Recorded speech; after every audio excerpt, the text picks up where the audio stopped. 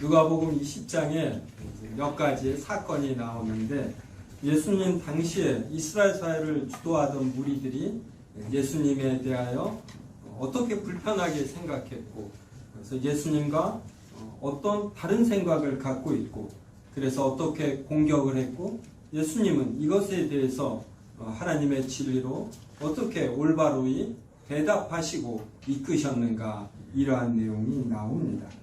우리가 이미 살펴본 것처럼 20장 앞부분에서 바리새인과 그리고 서기관들과 장로들은 성전에서 가르치는 예수님께 당신이 무슨 권위로 이런 일을 하는지, 이 권위를 준 이가 누구인지 우리에게 말하라, 이렇게 요구했습니다. 그리고 지난주에 살펴본 것처럼 서기관과 대제사장들은 정탐을 보내어서 우리가 가이사에게 세례를 바치는 것이 옳으니까 옳지 않으니까 라고 묻게 했습니다. 그리고 오늘 본문에서는 사두개인이 예수님께 질문합니다. 이것은 예수님 당시에 예수님을 반대하는 이들이 어떤 가치관과 그리고 어떠한 욕망에 사로잡혀 있는가를 나타내고, 예수님께서 이들의 어떠한 면이 잘못되었는가 정확히 짚으신 것을 나타냅니다. 사두개인들은 부활이 없다고 주장하였습니다. 부활이 없으니 이 생이 전부인 것입니다. 그래서 이 땅에서 사는 동안 누릴 것은 전부 다 누려야지 된다, 이렇게 생각을 했습니다. 그러다 보니 자연히 권력과 돈에 관심이 많았습니다. 그래서 지금의 국회에 해당되는 사내들인 그곳에 대다수를 사두개인들이 차지했습니다. 부활이 없다고 생각한 이들은 구약의 율법에 나오는 내용에 근거하여 예수님께 질문했습니다. 그것은 형이 죽는데 아들이 없이 죽으면 동생이 형수를 취하여 이 형의 이름을 잇도록 하는 이러한 율법의 내용입니다. 주보에 나와 있는데 신명기 25장 5절부터 10절을 저와 한 절씩 읽겠습니다. 형제들이 함께 사는데 그 중 하나가 죽고 아들이 없거든 그 죽은 자의 아내는 나가서 타인에게 시집가지 말 것이요, 그의 남편의 형제가 그에게로 들어가서 그를 맞이하여 아내로 삼아 그의 남편의 형제된 의무를 그에게다 행할 것이요, 그의 여인이 나가서 아들이 그 죽은 형제의 이름을 잉태하여 그 이름이 이스라엘 중에서 끊어지지 않게 할 것입니다. 그러나 그 사람이 만일 그 형제의 아내 맞이하기를 즐겨하지 아니하면 그 형제의 아내는 그 성문으로 장로들에게로 나아가서 말하기를 내 남편의 형제가 그의 형제의 이름을 이스라엘 중에 잊기를 싫어하여 남편의 형제된 의무를 내게 행하지 아니하나이다 할 것이요, 그 성문 장로들은 그를 만나다가 말할 것이며 여자임이 정한 뜻대로 말하기를 내가 그 여자를 맞이하기를 즐겨하지 아니하노라 하며, 그의 형제의 아내가 장로들 앞에서 그에게 나아가서 그의 발에서 신을 벗기고 그의 얼굴에 침을 뱉으며 이르기를 그의 형제의 집을 세우기를 즐겨 아니하는 자에게는 이같이 할 것이라 하고, 이스라엘 중에서 그의 이름을 신으로 임하는 자의 집가 부를 것입니다. 이 구절을 우리가 이 율법을 잘 이해하려면 하나님께서 이스라엘 백성에게 땅을 주시는데 이것은 하나님의 자녀됨을 나타내는 상징과 표시로 주신 것이다. 이제 이것을 우리가 알아야지 됩니다. 하나님께서 아브라함을 부르셨죠. 그리고 하나님이 지시하는 땅으로 가라 하셨습니다. 그때 아브라함이 하나님의 이 말씀을 믿고 가나안 땅에 갔습니다. 그리고 하나님께서 아브라함에게 그리고 그 후손에게 가나안 땅을 주셨습니다. 이것은 아브라함과 그의 후손이 살 수 있는 물리적 형태를 주었다, 이 의미가 분명히 있으며, 근데 보다 더 큰 의미와 근본적인 의미는 그 가나안 땅이 앞으로 이스라엘 백성이 예수 그리스도를 통해 구원을 받고 살게 될 완벽한 나라, 새 하늘, 새 땅, 이것을 의미하는 것입니다. 그래서 이스라엘은 이 토지 개념이 주변 나라와 달랐습니다. 이스라엘을 제외한 다른 모든 나라는 전체 나라의 주인이, 전체 땅의 주인이 왕입니다. 왕. 왕이 백성에게 땅을 이렇게 나누어 주는 것이에요. 그러면 백성은 이것에 대한 세금을 왕에게 지불하는 것입니다. 이것을 간단히 이야기하면 왕토 사상 이럽니다. 그런데 이스라엘은 전체 땅의 주인이 하나님이셔요. 하나님. 하나님께서 여호수아가 지도자일 때에 이 제비를 뽑아 12지파에게 나누어 줍니다. 그러면 각 지파는 이 지파별로 모여서 또 제비를 뽑아요. 그러니까 이 제비가 하나님의 뜻을 묻는 수단입니다. 이 결과에 대해서 누구도 시비를 걸지 않아요. 하나님의 섭리로서 받아들이는 것입니다. 그래서 또 각 가족별로 땅이 분배되고, 그럼 가족은 모아서 이제 각 남자별로, 각 개인별로 땅을 분배합니다. 이것은 하나님이 주신 것이므로 아하방 때에도 아하방이 나봇에게 너 포도원을 내게 달라, 내가 돈으로 주거나 더 좋은 땅을 주겠다 했을 때 아합이 이렇게 말합니다. 여호와께서 주신 땅을 왕에게 주기를 여호와께서 금하신다. 이러면 아무도 말을 못하는 것이에요. 이러한 면에서 왕이나 일반 백성이나 절대적인 평등입니다. 그래서 이스라엘에서 땅이 있다. 이건 무슨 의미냐면 하나님의 자녀이다. 이런 뜻입니다. 하나님의 자녀이면 이스라엘에 땅이 있는 것입니다. 그런데 어떤 집안의 맏형이 아들이 없이 죽었어요. 그러면 이 땅을 물려받지 못합니다. 누군가에게, 다른 사람에게 가요. 그러면 그 형의 이름이 이렇게 없어지는 것입니다. 그 형도 하나님의 자녀라는 이러한 상징이 사라지는 것이에요. 그래서 하나님께서 어떻게 보면은 굉장히 비합리적인 제도를 만드신 것이에요. 자, 동생이 죽은 형의 형수를 아내로 취하는 거, 이게 기쁜 일일까요? 아닐까요? 형수가 엄청난 미모를 가졌거나 형수가 아주 유력한 집안이라 형수와 결혼을 하면 권력과 돈과 같은 배경을 얻을 수 있는 경우가 아니면 자신보다 나이가 많고 이미 나이가 든 형수를 아내로 맞이하는 것은 권리라기보다는 의무에 속하는 것입니다. 그런데 이 일을 동생이 해야지 돼요. 왜냐하면 하나님 나라, 이것이 얼마나 큰가를 믿고서 바로 자신의 형도 이 하나님 나라의 속함을 나타내기 위하여 형의 이름이 사라지지 않도록 그 형의 이름을 자신이 형수와 결혼하여 낳은 아들이 있도록 해야지 되는 것이에요. 이 막중한 임무가 동생에게, 이렇게 가정에게 주어지는 것입니다. 그러니까 현재의 개념으로 생각하면 받아들일 수가 없어요. 왜냐하면 현재는 개인의 행복 추구권, 개인의 이러한 면에서 자기 결정권, 이러한 것이 존중됩니다. 그래서 과잉되어 무언가를 금지하면 안 돼요. 각자 알아서 하도록 해야지 됩니다. 그래서 이렇게 한두 번, 두세 번이라도 무엇을 하라고 권하거나 금지하거나 그러면 굉장히 이렇게 불편하게 여기는 시대가 되었습니다. 이런 시대에서 바로 가정을 생각하고 가족을 생각하고 그리고 형제를 생각하여 자신이 희생한다. 이러한 개념이 점점 약해지는 것이에요. 근데 이런 개념이 약해지는 것이 꼭 좋은 것이 아닙니다. 우리는 다른 사람 없이 자기 자신 홀로가 아니에요. 부모로부터 나왔고 형제들과 같이 있는 것입니다. 그래서 같이 더불어 행복하고 기쁘게 사는 것이 무엇인가를 생각해야지 되고, 또 인생의 목적을 하나님을 영화롭게 하고 하나님을 즐거워한다라는 이러한 가장 옳은 목적을 가져야 우리가 여러 가지를 판단할 때 이러한 옳은 판단을 할 수가 있습니다.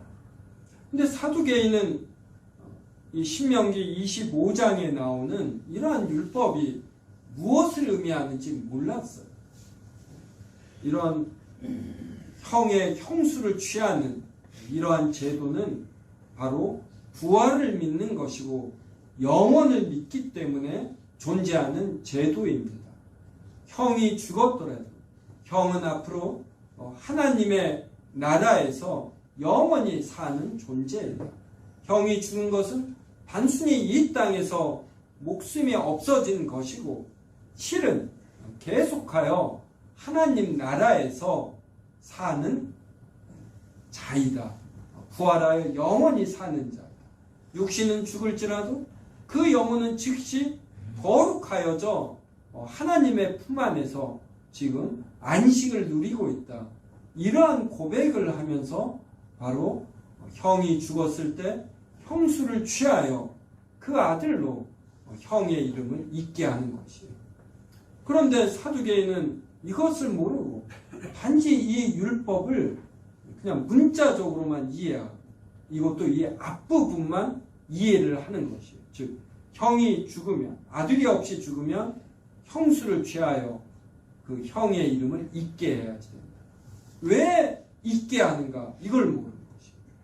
이게 얼마나 중요하면 이런 의무를 하지 않는 자가 있으면 형수가 와서 이 동생의 신발을 벗기고 그리고 침을 뱉는다. 얼마나 모욕적인 행위입니까? 이것을 다 장로들 앞에서 하는 거예요. 그리고 이 율법을 지키지 않은 자는 신을 벗기움을 받은 자의 집, 신을 벗기움을 받은 자, 이러한 오명으로 불리움을 받는 것입니다. 이게 이렇게 중요하기 때문에 이러한 뒤에 붙는 벌이 있다. 하나님의 율법 중에 이렇게 침뱉음을 당하는, 율법을 지키지 않으면 침뱉음을 당하는 이러한 율법이 별로 없습니다.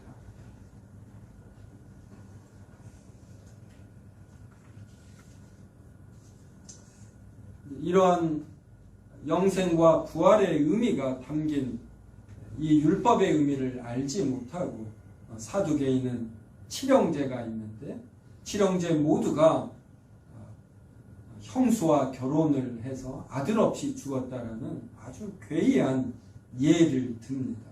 그러니까 마음이 빗들면 이렇게 아주 괴상망측한 경우를 생각하고 이걸 예로 들며 자신의 논리가 옳다라고 주장하게 됩니다. 이에 대하여 예수님은 34절부터 36절로 대답하십니다.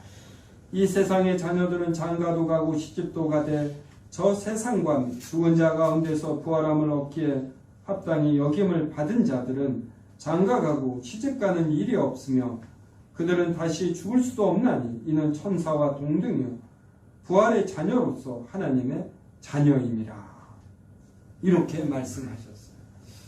사두개인은 부활을 또 어떻게 생각했냐면 현재 상태의 연속으로 이렇게 생각을 했어요. 아니면 현재 상태보다 조금 더 좋아지는 것으로 생각을 했습니다. 성도 여러분 중에 부활이 현재 상태의 연속이다. 이렇게 하면 부활하시려는 분 계십니까? 아마 최근에 아주 좋은 집을 샀거나 아주 좋은 곳에 취직했거나 그리고 건강이 좋으면 이렇게 여길지 모릅니다. 하지만 저 같으면 저는 지금 이 상태가 단순히 재현되는 것이다. 그러면 부활을 택하지 않겠습니다. 그리고 영생도 버리겠어요. 이러한 부활과 영생은 지루함의 연속인 것이고 같은 것이 영원히 반복된다. 얼마나 지루하겠습니까? 어떤 새로움이 없는 것이죠. 일을 할 동력이 없는 것입니다. 그 다음에 나이가 들고 병이 들며 몸이 아프지 않습니까? 이러한 아픈 상태에서 몸의 기능과 정신의 기능이 떨어진 상태에서 부활을 맞이하고 영원을 맞이하는 것이 무슨 의미가 있겠습니까? 그래서 성경이 말하는 하나님이 말씀하시는 부활과 영생은 피조물로서 이루어질 수 있는 가장 최상의 상태, 가장 완벽한 상태를 의미합니다. 분명히 하나님과는 여전히 다른 수준이지만 피조물로서 될 수 있는 최상의 상태, 이게 부활인 것이에요. 그러면 우리가 예수님을 믿는데 왜 죽는가? 이것은 죄에게 정복당하고 죄에게 패배하는 것이 아니라 죄로부터의 단절을 의미합니다. 죽으면 우리는 이제 더 이상 죄하고는 관계없게 되는 것이죠.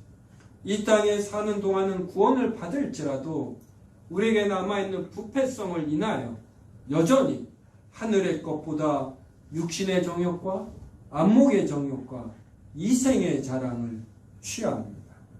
이것으로부터 완전히 단절되는 것이 죽음이에요. 그래서 그리스도인에게는 죽음이 절대로 비극이 아니라 이 땅에 사는 사람들과 헤어짐으로 아쉬움이 있고 슬픔이 있지만 더 완벽한 곳으로 초대되는 것이기 때문에 기꺼이 죽을 수 있는 것이에요. 그래서 사도 바울은 지금이라도 죽고 싶다. 그런데 나에게 남아있는 일이 있고 같이 사역하는 사역자와 성도들을 위하여 내가 죽음 대신에 지금 살아있는 것을 택한다. 이렇게 말을 했습니다. 그래서 우리는 이 땅에서 죽으면 우리의 영혼이 완전히 거룩해집니다. 즉시 거룩해져 하나님의 품 안에 가는 것이에요. 그곳에서 안식을 누리며 우리의 육신이 무덤에서 썩고 있는 우리의 육신이 부활할 것, 완전한 부활체로 영화롭게 될 것, 그래서 다시 자신의 영혼과 육신이 연합될 것, 이것을 기다리는 것입니다. 그래서 가장 영광스러운 부활체로서 우리는 거듭나는 것이고 그 속에서 영원을 사는 것이에요. 영광스러운 부활체이기 때문에 지루함이 없는 것이에요. 어떠한 일에 대해서도 실증이 없고 악한 것을 생각지 않고 선한 것만을 생각하기 때문에 지루함이 없는 것이고 그리고 이 즐거움이 크고 큰 것입니다. 사람들 간의 관계에서도 우리가 이 땅에서 누구와 나눈 교제가 가장 좋다. 이것의 완벽함이 하늘나라에서 이루어집니다. 그러려면 소외와 배제가 없어야지. 이 땅에서 우리가 삼각관계라든지 이러한 단어로 표현을 하는데 남자와 여자가 결혼을 하면 그 남자와 여자를 사모하는 이들은 소외되고 배제되는 것입니다. 사람들은 몇 명이 모이면 서로 친한 사람끼리 이렇게 구분이 돼요. 이러한 것이 하늘나라에서는 없는 것입니다. 그래서 장가가고 시집가는 일이 없는 것이에요. 이 땅의 관계가 그대로 재현되는 것이 하나님 나라가 아닙니다. 우리가 믿는 하나님은 삼위일체 하나님이셔요. 본질과 실체와 능력과 영원에 있어서 같으신 하나님께서 셋 위격으로 계십니다.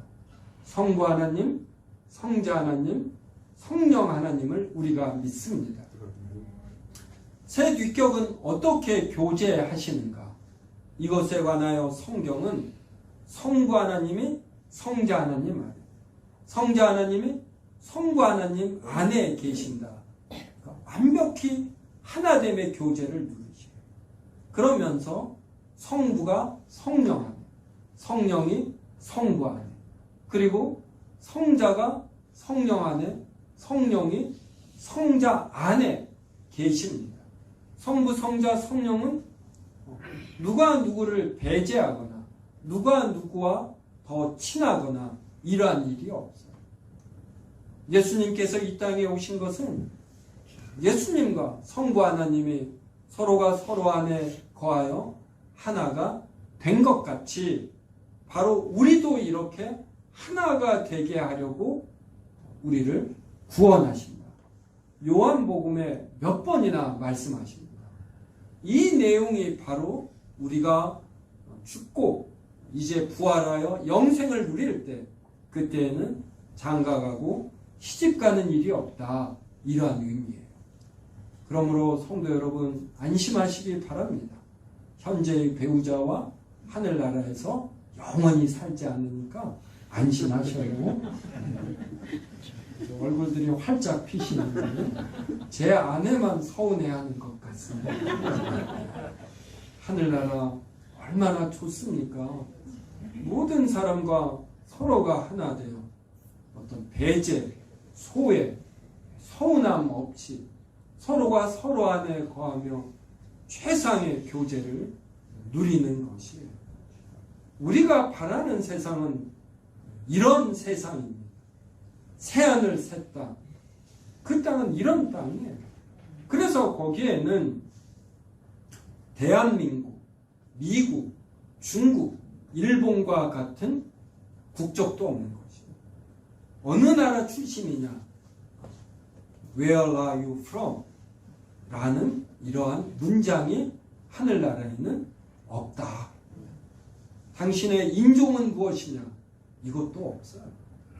좌파, 우파, 진보, 보수 이것도 없습니다. 그러니까 우리가 갖는 진리는 진보나 보수에 속하는 이 정도의 진리가 아니에요. 장가가고 시집가지 아니하는 이런 진리를 담는 엄청난 것입니다. 그래서 우리는 늘 이 땅에 살 때도 부활에 있대요. 영원에 있대요. 살기 때문에 좌로나 우로나 치우치지 아니에요. 저는 대한민국 국민임을 자랑스럽게 여깁니다. 저는 영국에서 공부할 때 저는 이곳에서 못 살겠더라고요. 왜냐하면 영국인들이 젠틀합니다. 근데 이 젠틀함 속에서 갖는 교묘한 인종차별이 있어요. 내가 왜 눈치 보며 이 땅에 살아야지 됩니다. 저는 이게 강하게 들더라고요. 그 이후로 한국에 와서 제 아내, 언니, 여동생이 미국에 삽니다. 몇 번 초대했어요. 저는 돌아보지도 않았어요. 우리나라가 좋습니다. 하지만 저는 다른 나라 사람을 무시하거나 경시하거나 절대로 그러지 않아요. 그들도 똑같은 하나님의 백성 아닙니까? 그래서 우리는 자신의 국적을 부끄러워하거나 또 너무 자랑스러워해서도 안 돼요. 다른 나라 사람도 비하하거나 경시하거나 너무 부러워해서도 안 돼요. 또 인종에 대해서도 그러한 것입니다. 저는 황인종인 것을 자랑스럽게 여깁니다. 하지만 흑인이나 백인을 무시하거나 부러워하지도 않아요. 나의 이 상태됨이 하나님이 주신 최상의 선물인 것이므로 받아들이는 것이죠. 그리고 이 상태로 계속해서 즐겁게 자신감 있게 눈치 보지 않으며 살려고 하는 것이에요. 이것이 바로 영원에 있대요. 부활에 있대요. 사는 것에 속할 것입니다. 그래서 우리 성도 여러분도 이 땅의 것들을, 이 땅의 상대적인 가치에 빠지면 안 돼요. 영원한 진리, 이것에 잇대어서 삶으로 세상 사람들과는 다른 가치관을 가져야지 되고, 그로부터 형성되는 문화를 우리가 갖추어야지 됩니다. 우리 교회가 또 하반기에 더 재정이 안정이 되면 재직회에서도 논의해서 우리가 우크라이나 전쟁에 대해서도 관심을 가져야지. 한국 전쟁 때 우리가 폐허가 되었을 때 세계에서 많은 분들이 도와주었습니다. 그러면 우리가 빚진 걸 또 이렇게 갚아야지 되는 것이죠. 우크라이나가 오르냐, 러시아가 오르냐에 대해서도 어느 나라가 오른지 관심도 우리가 가져야지 되지만 더 중요한 것은 이들의 어려움에 관심을 갖고 도우려는 이러한 마음인 것입니다. 36절 보십시오. 그들은 다시 죽을 수도 없나니 이는 천사와 동등이요 부활의 자녀로서 하나님의 자녀입니다. 한번 부활한 자는 영원 속에서 죽지 않습니다. 그리고 천사와 동등해요. 오늘 오후 예배 때 하나님께서 천사를 어떻게 창조하셨나 살펴볼 것입니다. 간단하게 살펴보면 천사는 죽지 않는 불멸의 존재입니다. 그리고 천사는 거룩해. 성경에 거룩한 천사 이렇게 표현이 되어 나옵니다. 성경은 함부로 거룩하다는 단어를 피조물에게 붙이지 않습니다. 하나님 말고 붙이는 게 천사예요. 우리도 이렇게 거룩한 존재가 됩니다. 셋째로 천사는 지식이 뛰어납니다. 또 능력이 커요. 우리가 부활하면은 바로 이렇게 천사처럼 거룩하고 불멸하고 지식이 크고 능력이 큰 존재가 되는 것입니다. 부활체가 어떤 존재인지 고린도전서 15장 42절부터 44절을 제가 읽어드리겠습니다. 죽은 자의 부활도 그와 같으니 썩을 것으로 심고 썩지 아니할 것으로 다시 살아나며 욕된 것으로 심고 영광스러운 것으로 다시 살아나며 약한 것으로 심고 강한 것으로 다시 살아나며 육의 몸으로 심고 신령한 몸으로 다시 살아나나니 육의 몸이 있은즉 또 영의 몸도 있느니라. 이 육신이 썩지 않습니까? 그런데 썩을 것으로 심고 썩지 아니할 것으로, 즉 영원한 존재로 다시 살아난다. 욕된 것으로 심고 우리 안에 육신도 연약한 면이 있고 우리의 정신에 있어서 부끄러운 것들이 있지 않습니까? 이것들이 죽으면 우리는 영광스럽게 살아난다. 약한 것으로 심고 강한 것으로 육의 몸으로 심고 이 육신이 이제 신령한 몸이 돼요. 참 상상할 수가 없어요. 가끔 생각해 봅니다. 부활체는 어떨까? 부활체의 이 정신은 그리고 지적 능력은 어떠할까? 상상할 수가 없어요. 하지만 기대가 되는 것이지. 어제도 잠시 TV를 봤습니다. 미국 나사에서 1960년대부터 우주 탐사한 내용들을 보여줘요.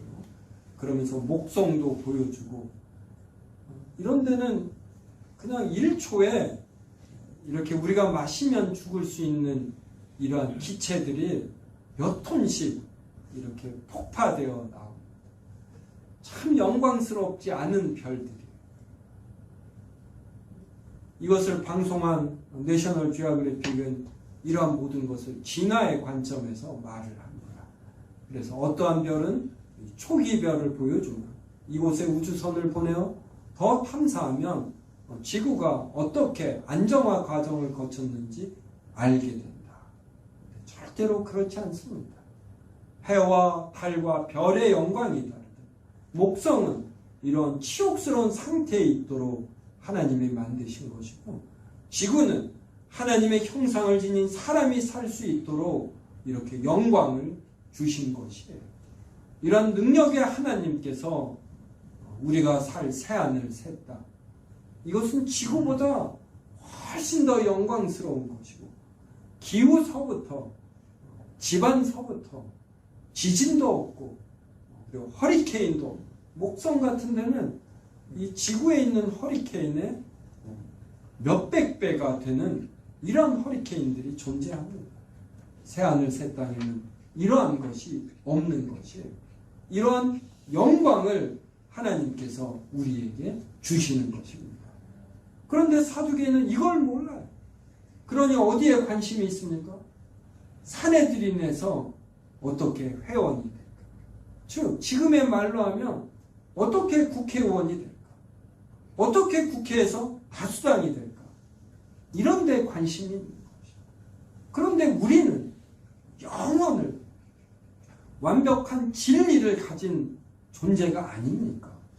그러므로 이 땅의 것들은 상대적으로 작은 것이고, 사람들이 무엇을 시도하고 그리고 실행에 옮겨도 하나님에겐 우스운 것이에요. 그래서 우리는 넉넉한 마음으로 이 땅에 있는 불편함, 비참함, 이것을 견디고 그러면서도 경쾌하게 나아갈 수가 있는 것입니다. 모세는 하나님을 아브라함의 하나님, 이삭의 하나님, 야곱의 하나님이시라 이렇게 타지 않는 떨기나무에서 하나님을 칭했습니다. 이게 뭘 의미합니까? 아브라함도 살아있고 이삭도 살아있고 야곱도 살아있다. 이들이 죽었지만 이들의 영은 하나님의 품 안에서 쉬고 있다. 이 땅에서 죽은 자들이 모두 하나님을 인해서 하나님에게 살아있는 자들이다. 이런 의미예요. 그러니까 아브라함의 하나님, 이삭의 하나님, 야곱의 하나님이란 말은 하나님이 영원하신 분이다. 우리에게 부활이 있다. 나에게도 부활이 있다. 이러한 고백인 것입니다. 성도 여러분, 우리가 이 땅에서 사는 기한은 짧습니다. 한 100년 정도 되지요. 그런데 그 이후에 우리에게 부활과 영생이 있어요. 우리가 이 땅에서 갖는 지식은 제한적입니다.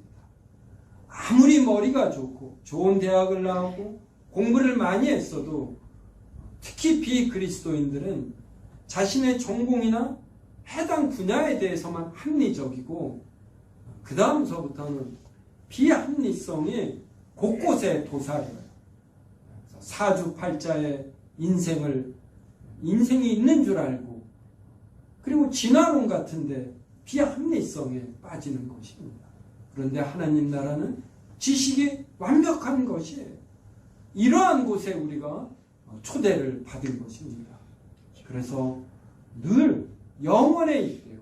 부활에 있대요. 그리고 완벽한 진리에 있대요. 이 세상의 삶들, 이 세상에 있는 여러 가지 것들을 바라보시고 그리할수록 우리는 마음에 평안을 누리고 우리의 마음은 넓어지고 또 더 많은 사람들과 더 높은 차원의 교제를 누릴 수 있습니다. 한마디로 하나님을 즐거워하며 사시는 우리 성도님들이 되기를 주님의 이름으로 축원합니다. 아멘. 기도하겠습니다. 하나님, 오늘 사두개인의 어리석은 질문을 통하여 우리에게 부활과 영생이 있음을 더욱 확신하게 되옵나이다. 우리 그리스도인들에게 부활이 없다면 우리가 가장 불쌍한 자이고 또 동시에 모든 것이 헛되고 헛되옵나이다. 우리에게 지구를 주시고 하나님의 형상을 주신 하나님, 우리에게 더 큰 은혜를 예수 그리스도로 말미암아 허락하시어 지구보다 몇 억 배 더 영광스럽고 멋있는 새하늘 새 땅을 허락하여 주시고 그리고 우리가 지금 경험하는 하나님의 형상보다 훨씬 영광스럽고 복된 하나님의 형상을 회복시켜 주시옵나이다. 우리가 이렇게 귀한 하나님의 자녀인 줄 알고 이 땅에서 육신의 정욕, 안목의 정욕, 이생의 자랑에 빠지지 아니하고 하늘의 것을 추구하는 자들 되게 하여 주시옵소서.